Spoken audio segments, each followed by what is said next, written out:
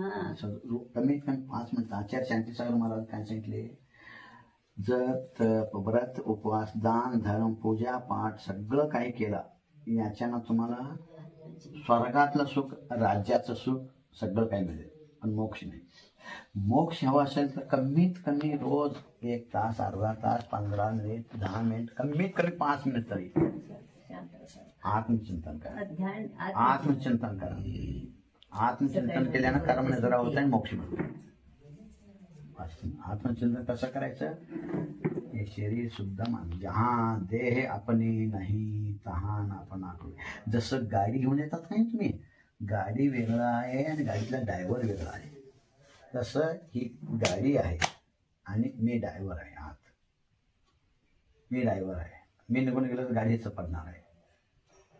एवढं सतत चिंतन करा बघा खरोखरच. आणि श्वासाकडे लक्ष ठेवायला शिका तुम्ही. श्वास आत चाललाय, ओ बाहेर आलं नमा, ओ नमा. जो कमी श्वास घेतोय त्याला सगळं काही सिद्ध होतात. आम्ही एका मिनिटात 13, 14, 15 वेळा श्वास घेतो आणि सोडतो.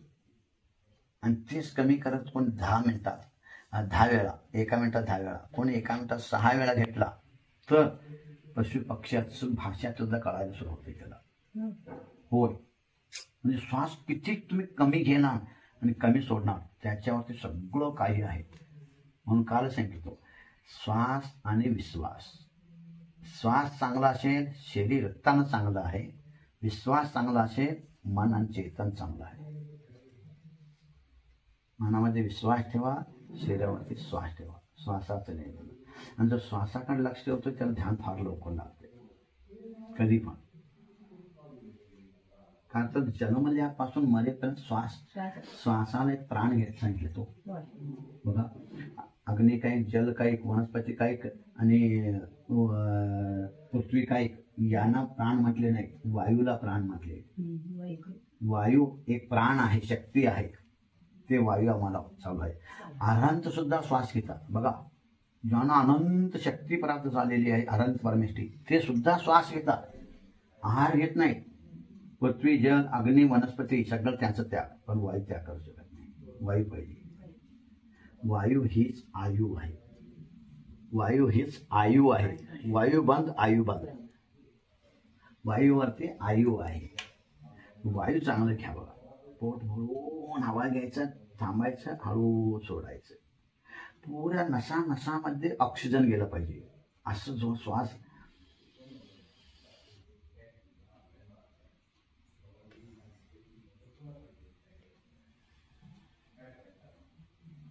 हळू सोडायचं.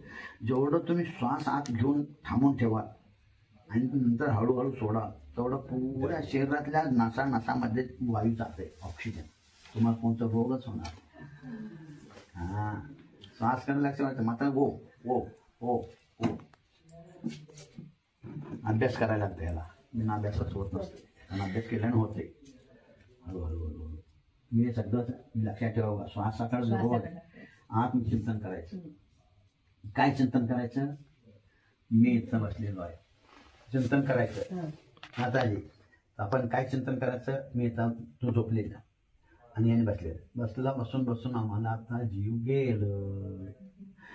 गेलो धर्माच्या प्रभावानं पुण्यानं स्वर्गात गेलो. आणि हे सगळं याने रडायला सुरू केले. शरीर धरून गेलं काय सगळं तुम्ही रडत. आम्ही स्वर्गात एका मिनिटात गेलो.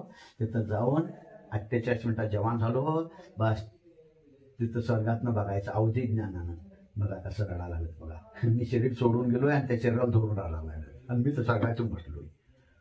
स्वर्गातून मी बसलो आणि शरीर धरून रडायलाच बसल्या. बघा आले 2, 4, 5, 25, 50, 100 लोक आले. गाड्या आल्या, लोक आले, तरडी बांधले, उचलून ठेवले. बघा काय चालले, कसं रडायला लागल्यात, काय करायला लागले. बांधले, घेऊन चालले, नेऊन बसवले, लाकडं लावले, झाडू लावले.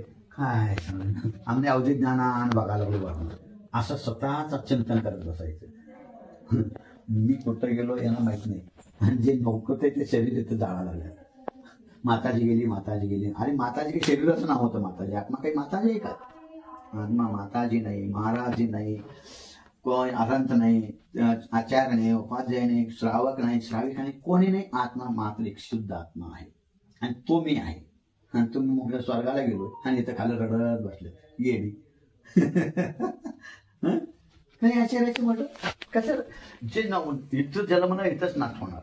आणि मी कुठून आलो कोणी जा काया को तन का कोई सुध नहीं लेते, कौन गति में भटक रही रे, काया से चेतन निकल गई रे, पड़ी रही काया भस्म भई रे, क्या काया को खूब खिलाया, तरह तरह के खूब पिलाया, आखिर तो मल को उगल गई रे, काया से चेतन निकल गई रे, पड़ी रही काया भस्म भई रे, खुर्ची टेबल पलंग मना मंगाया, नरम गलीचे पर भी सुलाया, आखिर तो अर्थी पर रख दई रे, गादीवर झोपणाऱ्यानं सुद्धा तरडीवर झोपवलं.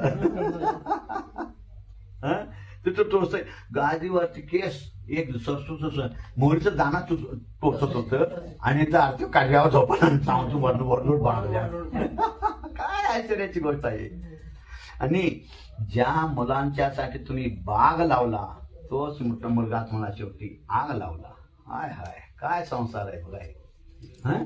ज्याच्यासाठी मी लावलो बाग तोच मला लावतोय आग. अरे वारे वार काय कोण नेम केला असेल बघाय. काय गजेव. ज्यांना आम्ही गले लावलो तोच आमचा गळा लावला.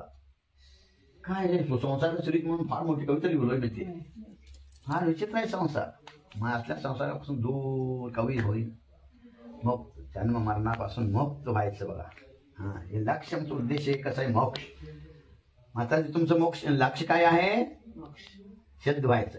सिद्धमतींचं लक्ष काय सिद्ध व्हायचं. वाईटला काय सिद्धमतींचं लक्ष सिद्ध व्हायचं आहे. सिद्ध अवस्था हा माझा जन्मसिद्ध अधिकार आहे आणि तो मी मिळवणारच. हे जैनाचं सगळ्या जैनांचं श्रावक मुनी हरिकां श्रावक श्राविकां सगळ्यांचं लक्ष आहे म्हणून मोक्षाला जायचं. सिद्ध